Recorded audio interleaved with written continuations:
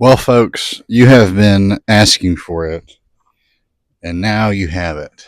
This is the garden tour. Also, with like points of things I'm going to do different for next year. Put a lot of bee footage in this. So I'll be standing right here talking my way through it, but then I'm going to incrementally?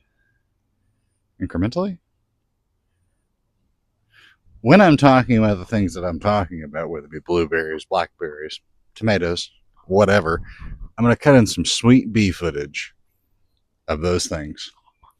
Up first is these blueberries. I planted these. These are the only things that are from a previous year. I put these in. I think this is the second year. I'm pretty certain this is my second year with them. I think in total, I'll probably harvest like less than 20 blueberries. Um, I think these things really shine based on all the research I've done. Like their third or fourth year is really when they kind of come to life. But the blueberries that I have collected off them have been great. They're perennials. They come back every single year. The leaves will fall off and everything like that. One of the things I'm going to do next year for sure is frost blankets. I had a bunch of blueberry prospects coming in early spring. We had a really late frost. And the way these start out is they start out as a flower, and then that flower then turns into a blueberry. And each one of these had probably, I'd say 20 flowers on each of them. Killed them. I didn't think the frost was going to be that bad. It was that bad, and it killed all the flowers. They all fell off. Killed the potential for having berries on for sure. This one and this one. The one on the end and the one right here. You can probably see those blueberries there. I'll put a little close up in there. Have had each of them 10 blueberries, maybe, in total. So, anyhow, up next on things is this horseshoe. I put tomatoes, garlic, potatoes, carrots here. I will never do that again. Potatoes, you can kind of see them. I'll put some footage in there. They smothered everything. My carrots, my garlic, my beets, my sugar snap peas. They smell. Next year, potatoes get their own thing somewhere else, not right there smack dab in the middle of everything. What a dumb mistake that was. So that's mistake number one. With potatoes, I've got a little container over here of red potatoes, and they're doing great by themselves. They're doing great because they're not screwing with nobody. These are russet potatoes, and they are screwing up everybody's mojo. So, not doing that again. Tomatoes, as you can see, they're right here. They're out of control. Definitely going to be changing that up next year. This whole horseshoe, if I keep this horseshoe, will probably be just tomatoes, just one thing. Hopefully next year, I get to fence all this in. The reason I built this was for deer.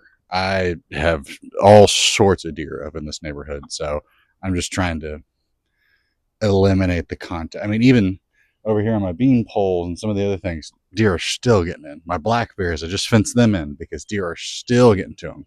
So working on that. Blackberries on the other side, I fenced them in. The deer have been getting after them. I'll show. You can see the nubs that the deer have bitten off, but they're getting some good growth in there. I think next 2 years they'll probably have like really good harvest on them. I just got them this year. I removed one of the tomatoes. There were 3 tomato plants in here, so I have it sitting over there now. And there was also 2 pepper plants. I have those sitting over there. I pulled the tomato plant. It's doing much better now. The peppers I pulled yesterday and put them over there.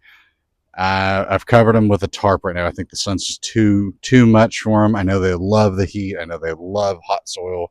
I just think they need a little bit of a break as they adjust to the transplant. So I've got them with a tarp. Hopefully the sun doesn't beat them too hard and they don't die, because I love this bell and jalapeno peppers. I love peppers.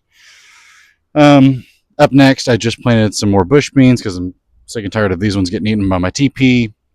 I also planted some okra and some cabbage. So I'm hoping those sprout up. I'm hoping for some cabbage for the late fall into the winter. I'm going to do a bunch of sauerkraut, do a bunch of kimchi, all sorts of things is kind of the goal. I've probably got, I'd say ballpark 70 onions, probably a 50-50 split, 35-35 split, I guess, on the yellow and red onions. And then I've got two types of squash over there. Deer have not touched the squash, surprisingly, but it's held up pretty good. And yeah. So things I learned is I'm going to do raised beds down my whole yard. I'm going to do leading on the back side of this. I'm going to do probably 3 or 4 rows. I'm going to spread everything out equally so everything has enough room to breathe, meaning like the potatoes, the tomatoes, and so on. Tomatoes, I'm going to trim the heck out of them way more than I did this year and try to stay on top of that. Granted, I was gone for 3 weeks. I did trim them quite well, but I've been gone for 3 weeks, so it's kind of hard to stay on top of that.